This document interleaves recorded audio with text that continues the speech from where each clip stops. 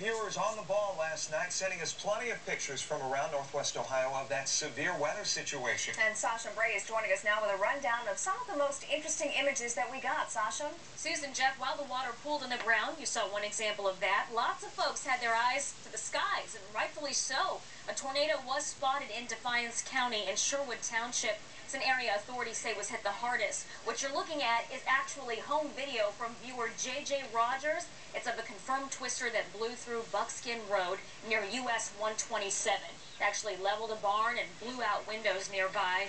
The strong winds also snapped trees and electrical wires. Now here are a series of still pictures that we received from viewers through our See It, Shoot It, Send It feature. Ned Steele Jr. of Sherwood Township sent us an image of what looks like that funnel cloud there. It was snapped right near Ned's home.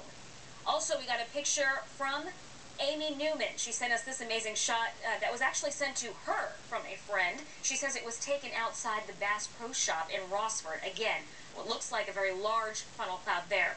Gail Decatur snapped this photo of another funnel cloud again. This one happened to be taken by the Meijer store in Defiance. Now, each of those images really gives us a good eye into your neighborhoods, and we appreciate them. So keep those pictures coming anytime severe weather strikes, or any breaking news for that matter, through our See It, Shoot It, Send It feature. It's at pictures@abc.com.